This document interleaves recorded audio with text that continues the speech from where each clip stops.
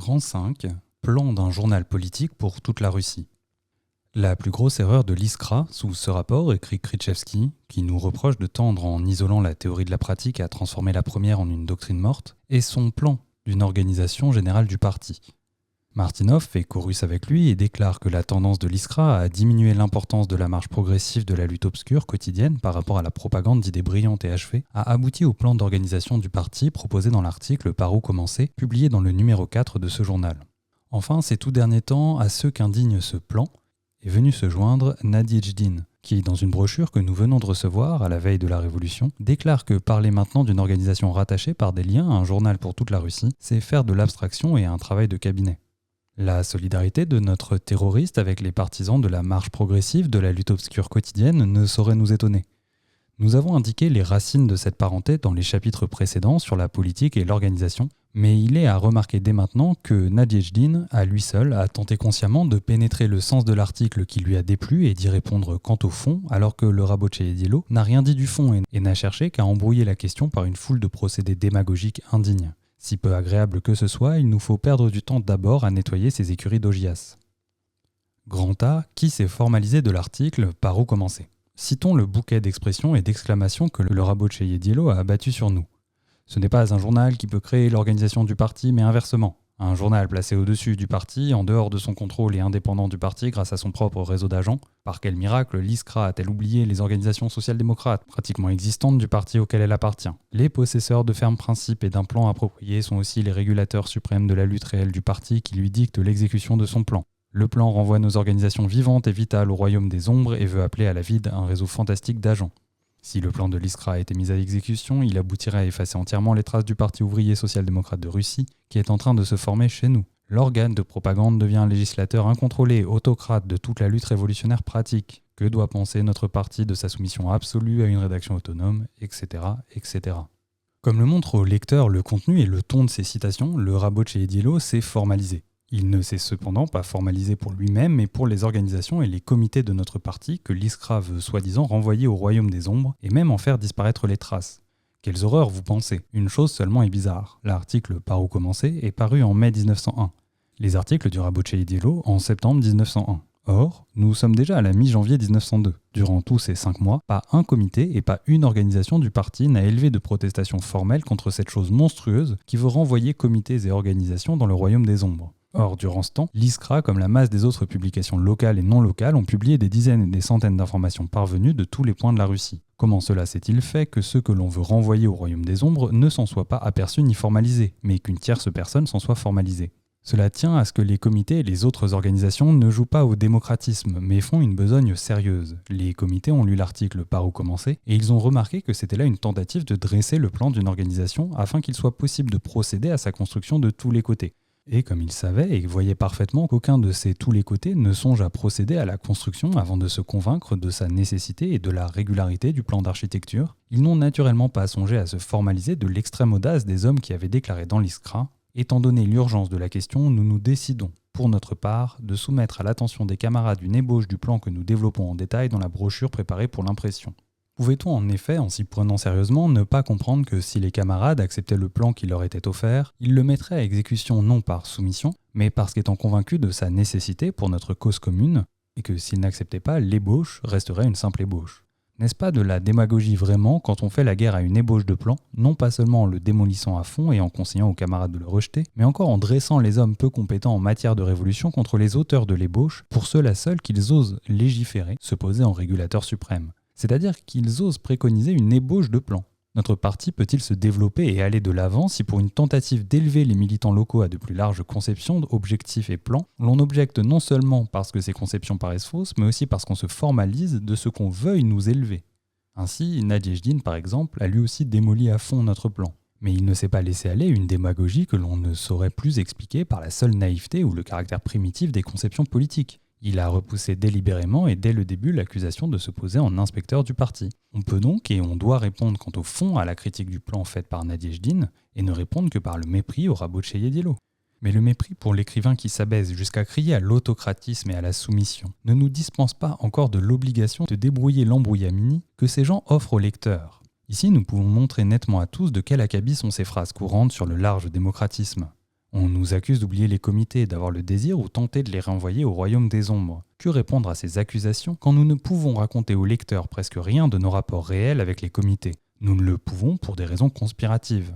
Des gens qui lancent une accusation cinglante, irritant la foule, nous devancent par leur désinvolture, par le dédain qu'ils ont des devoirs du révolutionnaire qui cache soigneusement aux yeux du monde les rapports et les liaisons qu'ils pratiquent, qu'ils organisent ou tâchent d'organiser. On conçoit que nous renoncions une fois pour toutes à concurrencer ces gens-là sur le terrain du démocratisme. Quant aux lecteurs non initiés à toutes les affaires du parti, le seul moyen de remplir notre devoir envers lui, c'est de raconter non ce qui est ou ce qui se trouve im Verden, mais une parcelle de ce qui a été et de ce qui est permis de parler comme une chose passée. Le Bund fait allusion à notre imposture. L'Union résidant à l'étranger nous accuse de vouloir effacer les traces du parti. Tenez messieurs, vous aurez pleine satisfaction dès que nous aurons raconté au public 4 faits tirés du passé. Premier fait, les membres d'une des unions de lutte qui prirent une part directe à la formation de notre parti et à l'envoi d'un délégué au congrès du parti qui l'a fondé s'entendent avec un des membres du groupe Iskra pour créer une bibliothèque ouvrière spéciale afin de subvenir aux besoins du mouvement entier. On ne réussit pas à créer une bibliothèque ouvrière et les brochures écrites à son intention, les tâches des social-démocrates russes et la nouvelle législation ouvrière parviennent par des voies détournées et par tierces personnes à l'étranger où elles sont imprimées. Deuxième fait, les membres du comité central du Bund posent à l'un des membres du groupe Iskra de combiner, comme s'exprimait alors le Bund, un laboratoire littéraire, et il rappelle que si cela ne réussit pas, notre mouvement peut marquer un recul sensible. À la suite des pourparlers, une brochure parut intitulée « La cause ouvrière en Russie ». Troisième fait, le comité central du Bund, par l'intermédiaire d'une petite ville de province, propose à l'un des membres de l'Iskra d'assumer la direction de la Rabochaya Gazeta reconstituée. La proposition est naturellement acceptée et puis elle est modifiée. On propose la collaboration, une nouvelle combinaison étant intervenue avec la rédaction. Et naturellement, nouvelle acceptation. On envoie des articles, notre programme, avec une protestation directe contre la Bernsteiniade. Le tournant opéré dans la littérature légale et la Rabochaya Mysl, notre tâche immédiate est question pressante. La proposition de faire reparaître la Rabochaya Gazeta n'est point réalisée et les articles ne sont pas imprimés. Quatrième fait, le membre du comité organisant le deuxième congrès ordinaire de notre parti fait connaître à un membre du groupe Iskra le programme du congrès et propose la candidature de ce groupe pour les fonctions de rédacteur de la Rabochaya Gazeta reconstituée. Sa démarche, pour ainsi dire préalable, est ensuite sanctionnée aussi bien par le comité auquel il appartenait que par le comité central du Bund. Le groupe Iskra est informé du lieu et de la date du congrès, mais n'étant pas assuré qu'il pourrait, pour certaines raisons, envoyer un délégué à ce congrès, il rédige également un rapport écrit à l'intention du congrès. Le rapport exprime cette idée que l'élection du comité central à elle seule ne nous permettra pas de résoudre le problème de l'Union en cette période de pleine dispersion qu'est celle que nous vivons, mais que, dans le cas d'une nouvelle chute rapide et complète, qui est plus que probable dans les conditions non conspiratives actuelles, nous risquons encore de compromettre une grande idée, fonder un parti, qu'il faut donc commencer par inviter tous les comités et toutes les autres organisations à soutenir l'organe commun reconstitué, qui attachera réellement tous les comités d'un lien pratique, préparera réellement un groupe qui assumera la direction de l'ensemble du mouvement. Les comités et le parti pourront alors sans peine faire de ce groupe créé par les comités un comité central. Dès l'instant que ce groupe aura grandi et pris des forces, le Congrès cependant ne peut se réunir à cause des coups durs et le rapport est détruit pour des raisons de sécurité après avoir été lu par quelques camarades, y compris le délégué d'un comité. Que le lecteur juge maintenant de la nature de méthode, comme l'allusion à l'imposture de la part du Bund ou l'argument du Rabochedielo prétendant que nous voulons envoyer les comités au royaume des ombres, substituer à l'organisation du parti l'organisation de la diffusion des idées d'un journal. Oui, c'est justement au comité, après maintes invitations émanant d'eux, que nous avons rapporté sur la nécessité d'accepter un plan déterminé de travail en commun. C'est justement pour l'organisation du parti que nous avons élaboré ce plan dans des articles pour la Rabochaya Gazeta et dans un rapport au congrès du parti. Cette fois encore, après y avoir été invités par ceux qui occupaient une situation si influente dans le parti qu'ils assumaient l'initiative de sa reconstitution. Et c'est après l'échec définitif de la tentative répétée par l'organisation du parti pour renouveler avec nous l'organe central du parti officiellement que nous avons jugé de notre premier devoir de lancer un organe non officiel afin que, à la troisième tentative, nos camarades puissent avoir devant eux certains résultats d'expérience et non pas seulement des conjectures hypothétiques. À l'heure actuelle, certains résultats de cette expérience se trouvent déjà devant tous les yeux, et tous les camarades peuvent juger si nous avons bien compris notre devoir et ce qu'il faut penser de ceux qui cherchent à induire en erreur les personnes ignorant le récent passé. Par dépit que nous ayons montré aux uns leur inconséquence dans la question nationale, aux autres l'inadmissibilité des flottements sans principe. Grand B, un journal peut-il être un organisateur collectif ?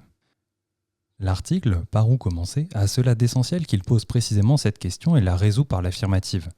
La seule personne qui, à notre connaissance, ait essayé d'analyser la question quant au fond et de prouver la nécessité de la résoudre négativement, c'est Nadiejdine, dont nous reproduisons en entier les arguments.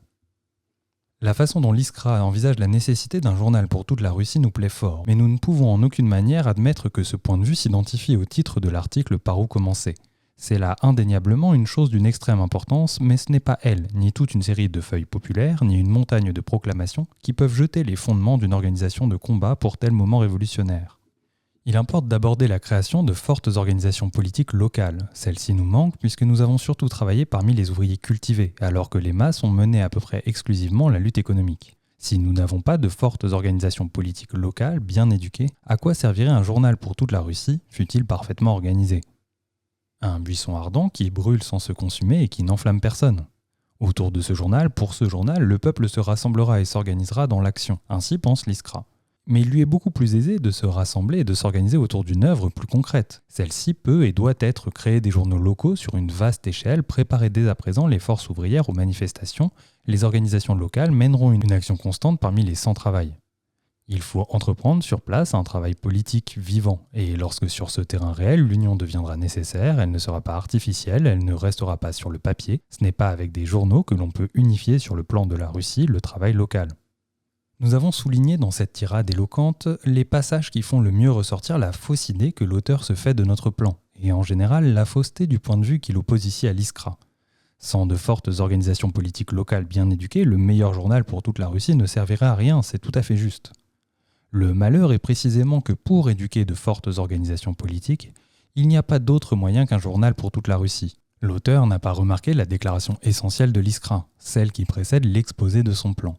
Il faut appeler à former une organisation révolutionnaire capable d'unir toutes les forces et de diriger le mouvement, non seulement d'une façon nominale mais effective, c'est-à-dire qu'elle doit être toujours prête à soutenir toute protestation et toute effervescence, qu'elle l'utilisera pour multiplier et consolider les forces militaires propres à livrer la bataille décisive.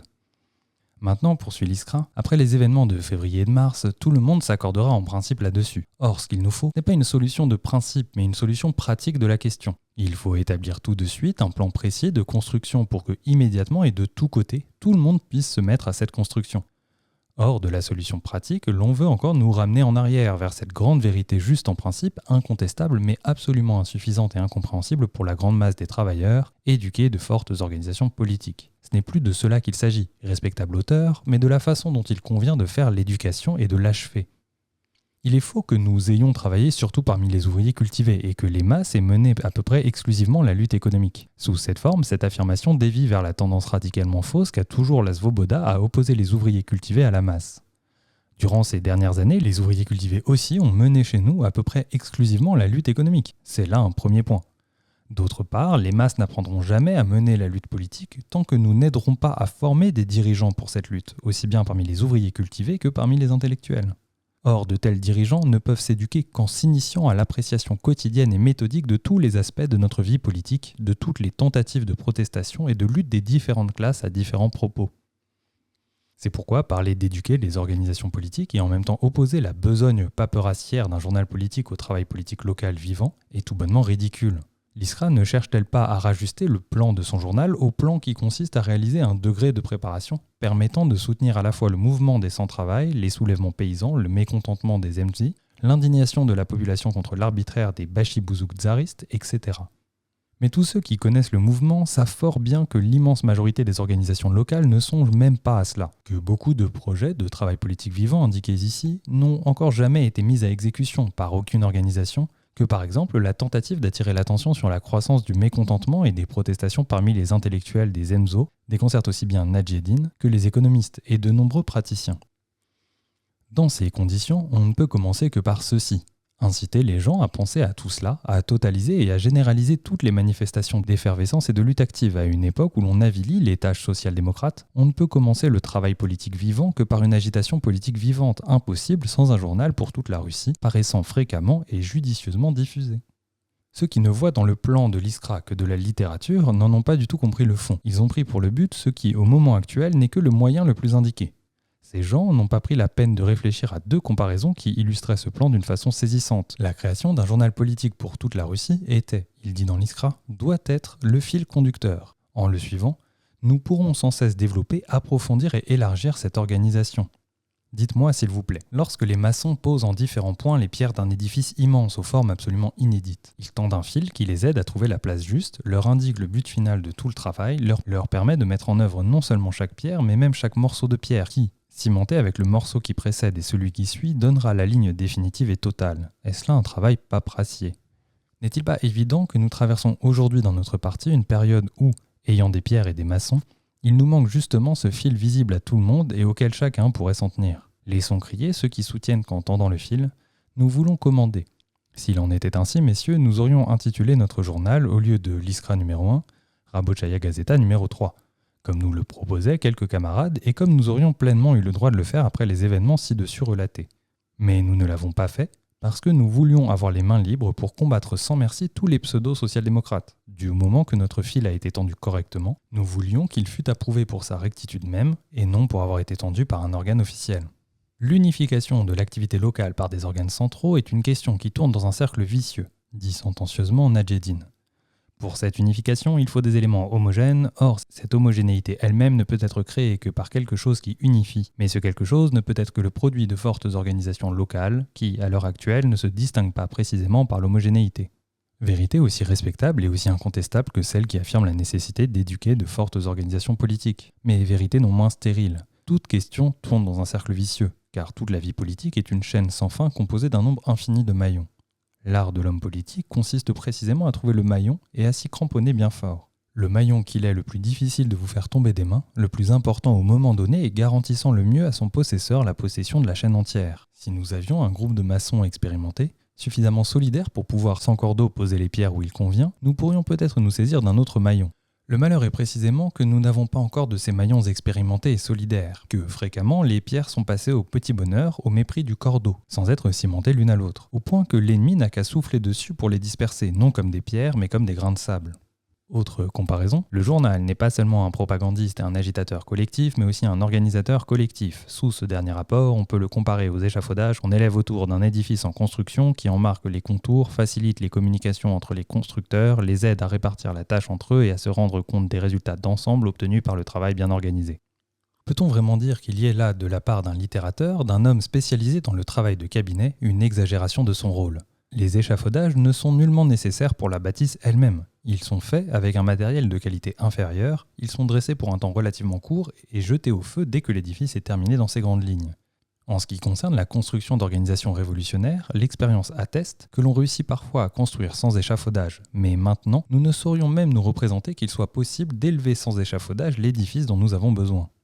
Nadjeddine n'en convient pas. Il dit « Autour de ce journal, pour ce journal, le peuple se rassemblera et s'organisera dans l'action, ainsi pense l'Iskra.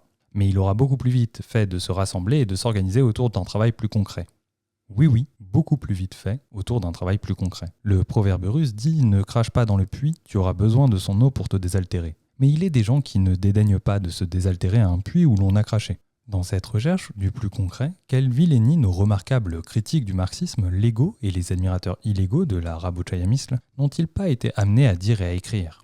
Comme tout notre mouvement est comprimé par notre étroitesse, notre manque d'initiative et de hardiesse, justifié par les arguments traditionnels dans le genre de celui-ci, on aura beaucoup plus vite fait de se rassembler autour d'un travail plus concret. Et Nadjeddine, qui se considère comme particulièrement doué du sens de la réalité, qui condamne si sévèrement les hommes de cabinet, qui reproche à l'Iskra sa faiblesse de voir partout l'économisme qui s'imagine être très au-dessus de cette division en orthodoxe et en critique.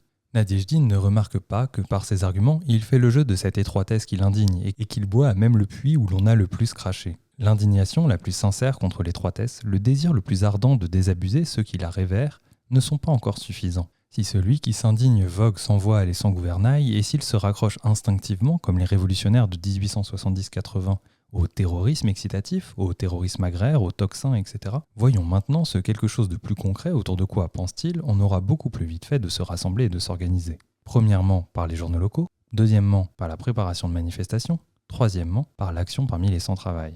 On voit au premier coup que toutes ces choses-là sont prises au hasard, au petit bonheur, uniquement pour dire quelque chose, car de quelque façon qu'on les considère, ce serait une totale inconséquence d'y trouver quoi que ce soit de particulièrement susceptible de rassembler et d'organiser. D'ailleurs, le même Nadjeddine déclare 2 pages plus loin « Il serait temps pour nous de constater simplement ce fait. En province, le travail est infime, les comités ne font pas le dixième de ce qu'ils pourraient faire, les centres d'unification que nous possédons actuellement ne sont que fiction, bureaucratisme révolutionnaire, manie de se donner mutuellement du général, et il en sera ainsi tant que ne seront pas constituées de fortes organisations locales. Ces paroles, bien qu'exagérées, renferment incontestablement une grande part d'amère vérité. Mais comment Nadiejdine ne voit-il pas que le travail local infime est fonction de l'étroitesse de vue des militants, du peu d'envergure de leur action? Toute chose inévitable, vu le manque de préparation des militants confinés dans le cadre des organisations locales. Aurait-il oublié, tout comme l'auteur de l'article de la Svoboda sur l'organisation, que les débuts d'une large presse locale ont été accompagnés d'un renforcement particulier de l'économisme et du travail artisanal? Et si même l'on pouvait organiser tant soit peu convenablement une large presse locale, même alors les organes locaux ne pourraient pas rassembler et organiser toutes les forces des révolutionnaires en vue de l'assaut général contre l'autocratie, en vue de la direction de la lutte commune. N'oubliez pas qu'il s'agit là uniquement d'un journal comme facteur de rassemblement, d'organisation, et que nous pourrions répondre à Nadiejdine, champion du morcellement, par la question ironique qu'il nous pose lui-même. Aurions-nous reçu en héritage 200 000 organisateurs révolutionnaires? En outre, on ne saurait opposer la préparation de manifestations au plan de l'ISCRA pour la simple raison que ce plan prévoit justement les plus larges manifestations comme un des objectifs à atteindre. Mais il s'agit ici de choisir le moyen pratique. Cette fois encore, Nadiejdine s'est fourvoyé. Il a oublié que seule une troupe déjà rassemblée et organisée peut préparer des manifestations. Or, ce que justement nous ne savons pas faire, c'est rassembler et organiser. Action parmi les sans-travail. Toujours la même confusion, puisqu'il s'agit aussi ici d'une opération militaire d'une troupe mobilisée, et non d'un plan de mobilisation de la troupe. À quel point Nadiejdine, ici encore, sous-estime le tort que nous fait notre morcellement. L'absence chez nous de 200 000 organisateurs, c'est ce que l'on va voir. Beaucoup ont reproché à l'ISCRA de fournir de maigres renseignements sur le chômage, de ne donner que des correspondances fortuites sur les choses les plus ordinaires de la vie rurale. Le reproche est fondé. Mais ici, l'ISCRA est coupable sans avoir péché. Nous nous efforçons de tendre également notre fil à travers la campagne, mais presque nulle part il n'y a de maçons. Il nous faut encourager tous ceux qui nous communiquent même les faits les plus ordinaires dans l'espoir que cela augmentera le nombre de nos collaborateurs dans ce domaine et nous apprendra à nous tous à choisir enfin des faits véritablement saillants. Mais la documentation est si restreinte qu'à moins de l'étendre à toute la Russie, nous n'avons rien pour nous instruire. Certes, un homme possédant à peu près les capacités d'agitateur de Nadiejdine et sa connaissance de la vie des vagabonds pourrait, par son agitation parmi les sans-travail, rendre des services inestimables au mouvement. Mais cet homme-là enterrerait son talent s'il ne prenait soin de mettre tous les camarades russes au courant de tous les détails de son action, afin de donner un exemple et un enseignement à des gens qui, dans leur masse, ne savent même pas encore entreprendre cette tâche nouvelle pour eux. Tout le monde sans exception parle aujourd'hui de l'importance qui s'attache à l'unification, de la nécessité de rassembler et d'organiser. Mais la plupart du temps, on n'a aucune idée de la façon dont il faut s'y prendre, par où commencer et comment réaliser cette unification. On reconnaîtra sans doute que pour unifier par exemple les cercles de quartier d'une ville, il faut des institutions communes, c'est-à-dire non pas seulement l'étiquette commune d'union, mais un travail commun véritable, un échange de matériaux, d'expériences et de forces, une répartition des fonctions pour toute l'activité de la ville, pas seulement par quartier, mais par spécialité. On conviendra qu'un sérieux appareil clandestin ne fera pas ses frais, s'il est limité aux ressources d'un seul quartier, et que le talent d'un spécialiste ne pourra se déployer sur un champ d'action aussi restreint. Il en est de même pour l'union des différentes villes, car l'histoire de notre mouvement social-démocrate a déjà montré et montre que le champ d'action d'une localité isolée est extrêmement étroit. Nous l'avons prouvé plus haut en détail par l'exemple de l'agitation politique et du travail d'organisation. Il faut, c'est une nécessité indispensable, il faut avant tout élargir ce champ d'action, créer une liaison effective entre les villes sur la base d'un travail régulier commun, car le morcellement comprime les facultés de ceux qui, renfermés comme dans un trou, ignorent ce qui se passe dans le monde, ne savent pas auprès de qui s'instruire, comment acquérir l'expérience, comment satisfaire leur soif d'une action étendue. Et je persiste à soutenir que l'on ne peut commencer à créer cette liaison effective qu'avec un journal commun, entreprise unique et régulière pour toute la Russie, qui résumera les activités les plus variées et incitera les gens à progresser constamment dans toutes les voies nombreuses qui mènent à la révolution, comme tous les chemins mènent à Rome. Si nous voulons nous unir non pas seulement en parole, il faut que chaque cercle local prélève sur le champ, mettons le quart de ses forces pour la participation active à l'œuvre commune. Et le journal lui montre aussitôt le dessin général, les proportions et le caractère de cette œuvre.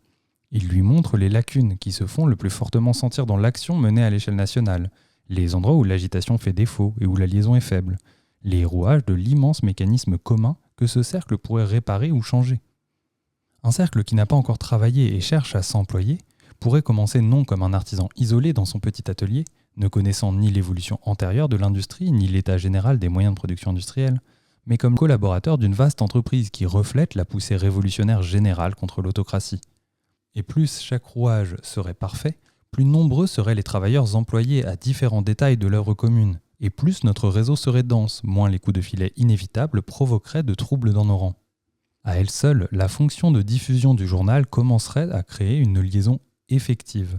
Les relations de ville à ville pour les besoins de la cause révolutionnaire sont aujourd'hui une grande rareté, et en tout cas une exception. Elles deviendraient alors la règle et assureraient bien entendu non seulement la diffusion du journal, mais aussi l'échange d'expériences, de documentation, de forces et de ressources. Le travail d'organisation prendrait une ampleur beaucoup plus considérable et le succès obtenu dans une localité encouragerait constamment à perfectionner le travail, inciterait à profiter de l'expérience déjà acquise par les camarades militants sur un autre point du pays. Le travail local gagnerait infiniment en étendue et en variété. Des révélations politiques et économiques recueillies dans toute la Russie fourniraient un aliment intellectuel aux ouvriers de toute profession et de tout degré de développement. Elles fourniraient matière et prétexte à causeries et conférences sur les questions les plus variées, suscitées entre autres par les allusions de la presse légale, les conversations en société et les communiqués pudiques du gouvernement. Chaque effervescence, chaque manifestation serait appréciée et examinée sous toutes ses faces et tous les points de la Russie. Elle provoquerait le désir de ne pas rester en arrière des autres, de faire mieux que les autres, de préparer consciemment ce qui, la première fois, s'est fait, en quelque sorte spontanément, de profiter des conditions favorables de temps et de lieu pour modifier le plan d'attaque, etc. En outre, cette vivification du travail local ne conduirait pas à cette tension mortelle et désespérée de toutes les forces, à cette mobilisation de tous nos hommes, à laquelle nous oblige ordinairement aujourd'hui toute manifestation ou tout numéro de journal local. D'une part, la police aurait beaucoup plus de mal à découvrir les racines, ne sachant pas dans quelle localité les chercher. D'autre part, le travail commun régulier apprendrait aux hommes à proportionner une attaque donnée à l'État des forces de tel ou tel détachement de notre armée commune, et faciliterait le transport non seulement de la littérature de propagande, mais des forces révolutionnaires d'un endroit à l'autre. Ces forces, aujourd'hui, sont pour la plupart saignées à blanc sur ce champ d'action restreint qu'est le travail local. Mais alors on aurait la possibilité et l'occasion constante de déplacer d'un bout à l'autre du pays tout agitateur ou organisateur un peu capable. Après avoir débuté par de petites tournées pour les affaires du parti et aux frais du parti, les militants s'habitueraient à passer entièrement au service de ce dernier. Ils deviendraient des révolutionnaires professionnels et se prépareraient au rôle de véritables chefs politiques. Et si réellement nous parvenions à obtenir que la totalité ou la majeure partie des comités, groupes et cercles locaux s'associent activement à l'œuvre commune, nous pourrions à très bref délai mettre sur pied un hebdomadaire régulièrement diffusé à des dizaines de milliers d'exemplaires dans toute la Russie. Ce journal serait comme une partie d'un gigantesque soufflet de forge qui attise chaque étincelle de la lutte de classe et de l'indignation populaire pour en faire jaillir un immense incendie. Autour de cette œuvre, encore très innocente et encore très minime par elle-même, mais régulière et commune dans toute l'acceptation du mot, se recruterait systématiquement et s'instruirait une armée permanente de lutteurs éprouvés. Sur les échafaudages ou les tréteaux de cette organisation commune en construction, nous verrions monter bientôt, sortant des rangs de nos révolutionnaires, des Geliabov social-démocrates, et sortant des rangs de nos ouvriers, des bébels russes, qui, à la tête de cette armée mobilisée, soulèveraient tout le peuple pour faire justice de la honte et de la malédiction qui pèsent sur la Russie. Voilà à quoi il nous faut rêver. Il faut rêver. J'écris ces mots et tout à coup j'ai peur. Je me vois siégeant au congrès d'unification, avec en face de moi les rédacteurs et collaborateurs du Rabotcheye Dielo. Et voilà que le camarade Martinov se lève et menaçant m'adresse la parole. « Permettez, une rédaction autonome a-t-elle encore le droit de rêver sans en avoir référé au comité du parti ?» Puis c'est le camarade Krichevski qui se dresse et continue plus menaçant encore. J'irai plus loin, je vous demande, un marxiste a-t-il en général le droit de rêver s'il n'a pas oublié que d'après Marx, l'humanité s'assigne toujours des tâches réalisables et que la tactique est le processus d'accroissement des tâches du parti qui croissent en même temps que lui. La seule idée de ces questions menaçantes me donne le frisson et je ne pense qu'à une seule chose, où me cacher. Essayons de nous retrancher derrière Pissarev. Il y a désaccord et désaccord, écrivait Pissarev au sujet du désaccord entre le rêve et la réalité. Mon rêve peut dépasser le cours naturel des événements, ou bien il peut donner un coup de barre dans une direction où le cours naturel des événements ne peut jamais conduire. Dans le premier cas, le rêve ne fait aucun tort, il peut même soutenir et renforcer l'énergie du travailleur. Rien dans de tels rêves ne peut pervertir ou paralyser la force de travail, bien au contraire. Si l'homme était complètement dépourvu de la faculté de rêver ainsi, s'il ne pouvait de temps à autre devancer le présent et contempler en imagination le tableau entièrement achevé de l'œuvre qui s'ébauche entre ses mains, Je ne saurais décidément me représenter quel mobile ferait entreprendre à l'homme et mener à bien de vastes et fatigants travaux dans l'art, la science et la vie pratique. Le désaccord entre le rêve et la réalité n'a rien de nocif. Si toutefois l'homme qui rêve croit sérieusement à son rêve, s'il observe attentivement la vie, compare ses observations et ses châteaux en Espagne, et d'une façon générale travaille consciencieusement à la réalisation de son rêve, lorsqu'il y a contact entre le rêve et la vie, tout est pour le mieux. Des rêves de cette sorte, il y en a malheureusement trop peu dans notre mouvement. Et la faute en est surtout aux représentants de la critique légale et du suivisme illégal, qui se targuent de leur pondération, de leur sens du concret. Grand C. De quel type d'organisation avons-nous besoin ? Par ce qui précède, le lecteur voit que notre tactique plan consiste à récuser l'appel immédiat à l'assaut, à réclamer l'organisation d'un siège régulier de la forteresse ennemie, autrement dit à réclamer la concentration de tous les efforts en vue de rassembler, d'organiser et de mobiliser une troupe permanente. Lorsque nous avons raillé le Rabotchaïedielo, qui d'un bond abandonnait l'économisme pour pousser des clameurs sur la nécessité de l'assaut, il s'est naturellement abattu sur nous en nous accusant de doctrinarisme, d'incompréhension du devoir révolutionnaire, d'appel à la prudence, etc. Certes, ces accusations ne nous ont nullement étonnés de la bouche de gens qui, n'ayant pas de principe stable, se dérobent derrière la profonde tactique processus. Elles ne nous ont point étonnés non plus de la part de Nadiejdine, qui n'a, pour les fermes principes de programme et de tactique, que le plus superbe mépris. On dit que l'histoire ne se répète pas, mais Nadiejdine cherche de toutes ses forces à la répéter et copie avec ardeur Tkachev en dénigrant l'éducation révolutionnaire, en clamant la nécessité de sonner le tocsin, en préconisant le point de vue spécial, de veille de la Révolution, etc. Il oublie vraisemblablement le mot connu que si l'original d'un événement historique est une tragédie, sa copie n'est qu'une farce. La tentative de prise de pouvoir préparée par la propagande de Tkachev et réalisée par la terreur, instrument d'épouvante et qui réellement épouvantait à l'époque, était majestueuse, tandis que le terrorisme excitatif de ce Tkachev est simplement ridicule. Ridicule surtout lorsqu'il le complète par son projet d'organisation des travailleurs moyens. Si l'Iskra, écrit Nadiejdine, sortait de sa sphère de littérature, elle verrait que ce sont là des symptômes attestant que l'assaut est très très proche et que parler maintenant d'une organisation rattachée par des liens à un journal pour toute la Russie, c'est faire de l'abstraction et un travail de cabinet. Voyez un peu cette confusion inimaginable. D'une part, on préconise le terrorisme excitatif et l'organisation des travailleurs moyens, tout en déclarant qu'on aura beaucoup plus vite fait de se grouper autour de quelque chose de plus concret, par exemple autour de journaux locaux. D'autre part, on prétend que parler maintenant d'une organisation pour toute la Russie, c'est faire de l'abstraction. C'est-à-dire, pour être plus franc et plus simple, qu'il est maintenant déjà trop tard, et pour une large organisation de journaux locaux, il n'est pas trop tard, respectable Nadiejdine. Comparé à cela, le point de vue et la tactique de l'Iskra. Le terrorisme excitatif, c'est de l'enfantillage. Parler de l'organisation spéciale des travailleurs moyens et d'une large organisation de journaux locaux, c'est ouvrir les portes toutes grandes à l'économisme. Il faut parler d'une organisation unique de révolutionnaires pour toute la Russie, et il ne sera pas trop tard pour en parler jusqu'au jour même où commencera l'assaut véritable et non formulé sur le papier. Oui, continue Nadiejdine, en ce qui concerne l'organisation, notre situation n'est rien moins que brillante. Oui, l'Iskra a parfaitement raison de dire que le gros de nos forces militaires est constitué par des volontaires et des insurgés. Que vous jugiez sainement de l'état de nos forces, c'est bien, mais pourquoi oublier que la foule n'est nullement avec nous et que par conséquent elle ne nous demandera pas quand il faudra ouvrir les hostilités, elle se jettera dans l'émeute. Lorsque la foule interviendra elle-même avec sa force destructrice spontanée, elle peut bien broyer, refouler la troupe permanente dans laquelle vous vous proposiez, mais n'avez pas eu le temps de procéder à une organisation rigoureusement systématique. Étonnante logique, précisément parce que la foule n'est pas avec nous. Il est déraisonnable et inconvenant de proclamer l'assaut immédiat, car l'assaut est l'attaque d'une troupe permanente et non l'explosion spontanée d'une foule. Précisément parce que la foule peut broyer et refouler la troupe permanente.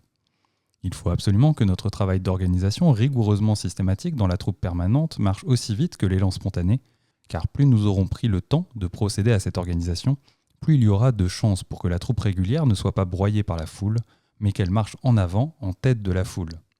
Nadiejdine fait fausse route parce qu'il se figure que cette troupe organisée systématiquement agit d'une façon qui la détache de la foule, alors qu'elle s'occupe exclusivement d'une agitation politique étendue et multiforme, c'est-à-dire d'un travail qui justement tend à rapprocher et à fusionner en un tout la force destructive spontanée de la foule et la force destructive consciente de l'organisation des révolutionnaires. La vérité, messieurs, c'est que vous rejetez la faute sur des innocents, car c'est précisément le groupe Svoboda qui, en introduisant le terrorisme au programme, appelle par là même à créer une organisation de terroristes. Or, une telle organisation empêcherait vraiment notre troupe de se rapprocher de la foule, qui malheureusement n'est pas encore avec nous. Et malheureusement, ne nous demande pas ou nous demande très rarement quand et comment il faut ouvrir les hostilités. Nous ne verrons pas plus venir la révolution, continue Nadia Ejdin à faire peur à l'Iskra. Que nous n'avons vu venir les événements actuels, événements qui nous ont pris de court.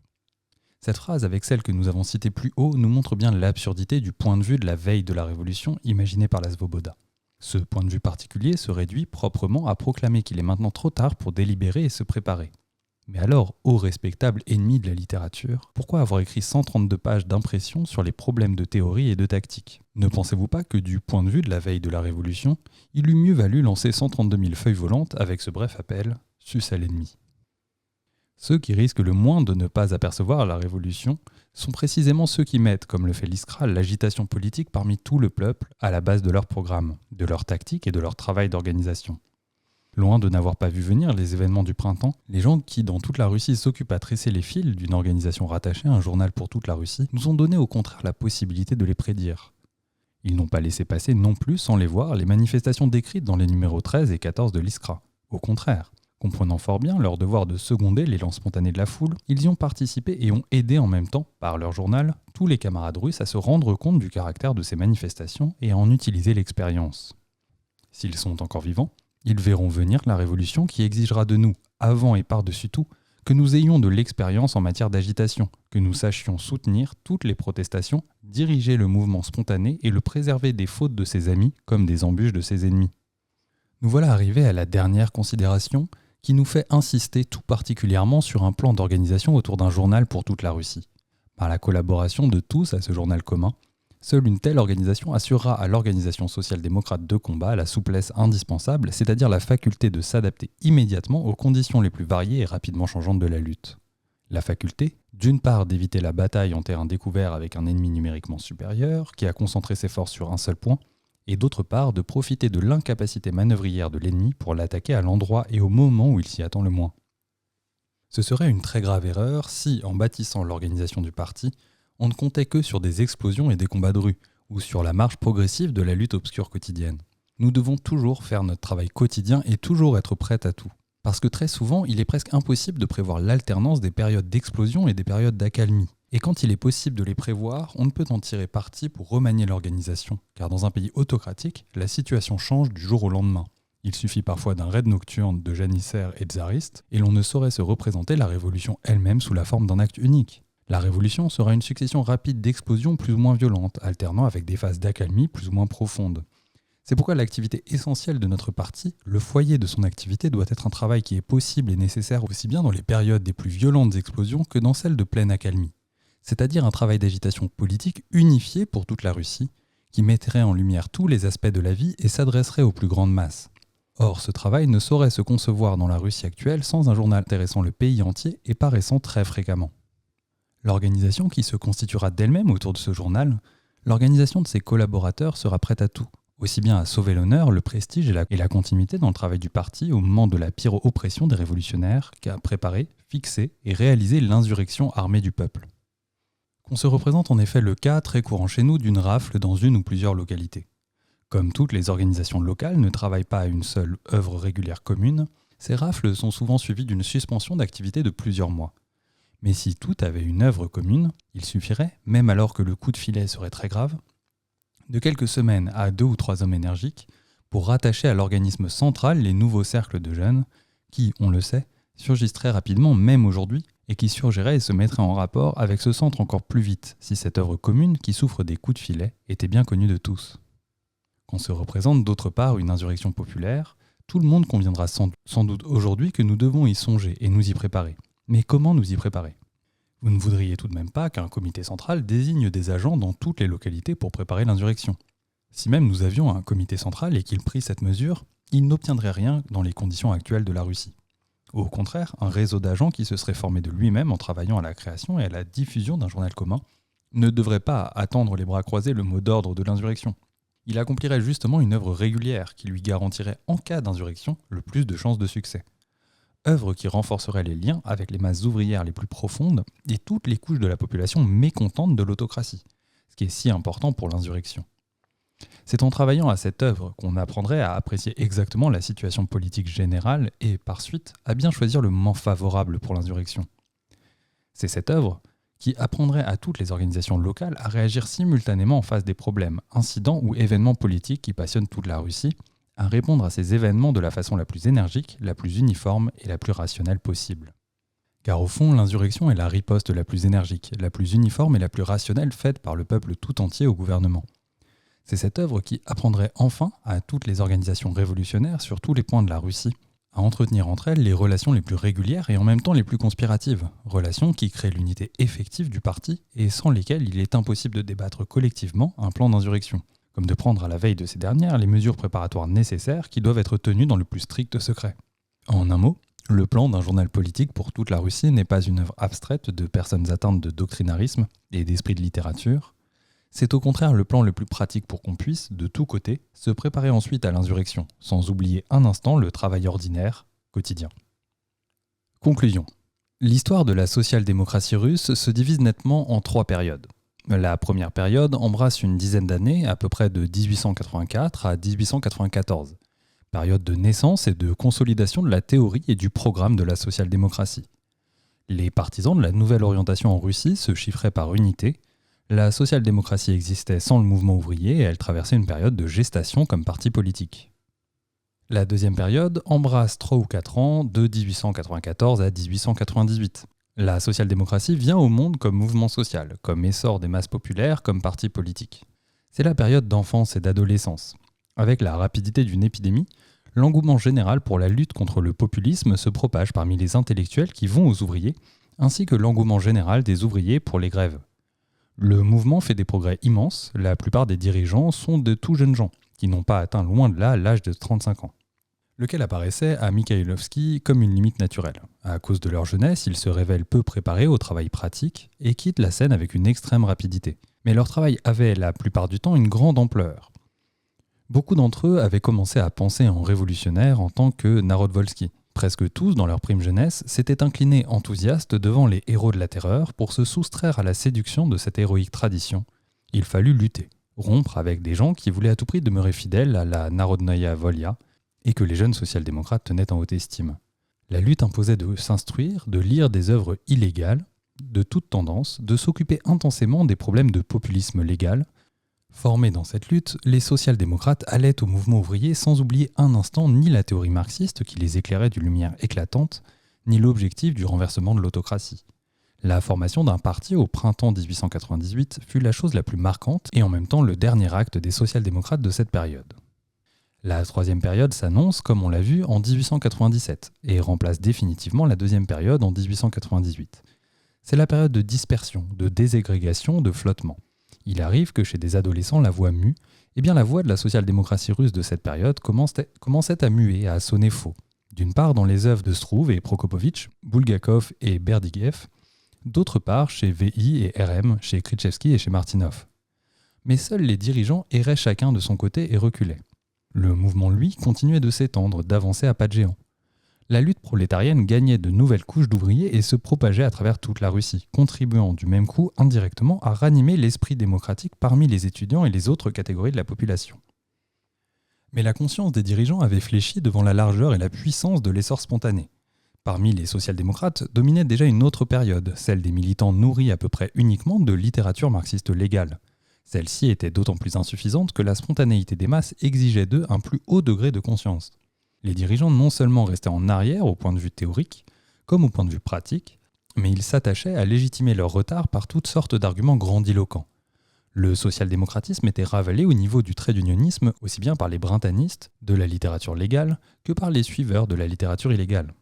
Le programme du Credo commençait à se réaliser notamment lorsque le travail artisanal des social-démocrates ranima les tendances révolutionnaires non social-démocrates. Et si le lecteur me reproche de m'être trop occupé d'un journal comme le Rabotcheye Dielo, je répondrai à cela. Le Rabotcheye Dielo a pris une importance historique parce qu'il a traduit avec le plus de relief l'esprit de cette troisième période. Ce n'est pas le RM, esprit conséquent, mais les girouettes Krzyzewski et Martynov qui pouvaient, de la façon la meilleure, exprimer la dispersion et les flottements, se montrer prêts à faire des concessions à la critique et à l'économisme et au terrorisme. Ce n'est pas le majestueux dédain pour la pratique de la part de quelques admirateurs de l'absolu qui est caractéristique de cette période, mais justement la fusion du menu praticisme et de la plus complète insouciance à l'égard de la théorie. Ce n'est point tant de la négation directe des grands mots que s'occupaient les héros de cette période que de leur banalisation. Le socialisme scientifique a cessé d'être un corps de doctrine révolutionnaire, il est devenu un mélange confus où l'on ajoutait à volonté l'eau claire de n'importe quel nouveau manuel allemand. Le mot d'ordre de lutte des classes n'incitait pas à une action toujours plus étendue, toujours plus énergique, il servait d'émollient. La lutte économique étant indissolublement liée à la lutte politique, l'idée de parti n'appelait pas à créer une organisation révolutionnaire de combat, elle justifiait une sorte de bureaucratisme révolutionnaire et une tendance puérile à jouer aux formes démocratiques. Nous ignorons quand finira la troisième et commencera la quatrième période. Du domaine de l'histoire, nous passons ici dans le domaine du temps présent, et en partie dans celui de l'avenir. Mais nous avons la ferme conviction que la quatrième période conduira à consolider le marxisme militant, que la social-démocratie russe sortira de la crise plus forte et plus virile, que l'arrière-garde des opportunistes sera relevée par l'avant-garde véritable de la classe la plus révolutionnaire. En appelant à faire cette relève, et résumant tout ce qui a été exposé plus haut, nous pouvons à la question « Que faire ?» donner une brève réponse. Liquider la troisième période. Ouh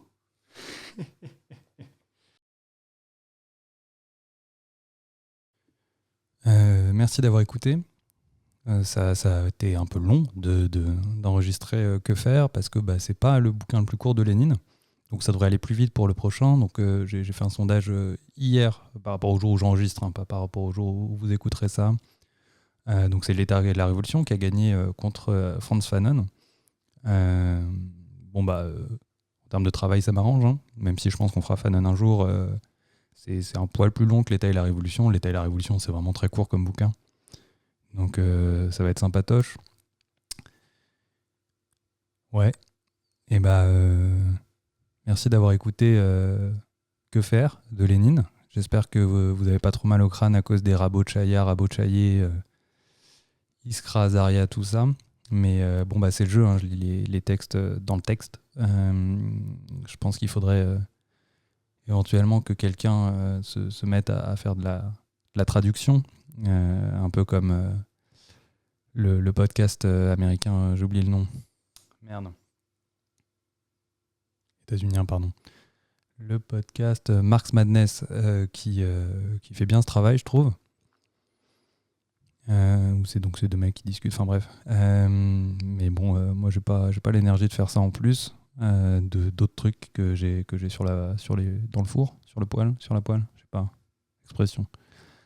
Mais voilà, si vous savez pas quoi faire de votre vie et que vous touchez un peu en Marx et Lénine, n'hésitez pas à copier-coller Marx Madness en français, je pense que ça pourrait faire du bien à plein de monde. Voilà, des bisous, brûler des trucs. Peut-être pas brûler des trucs, je crois que Lénine il nous dit plus ou moins dans les 4 heures que je viens de lire qu'il faut pas brûler des trucs. Enfin, en tout cas, c'est pas comme ça qu'on gagne. Mais ça défoule. Non, brûlez pas des trucs. Ou alors dans Minecraft, quoi. Ouais, ça peut-être que je couperai, c'est pas très pertinent. Ouais, bisous.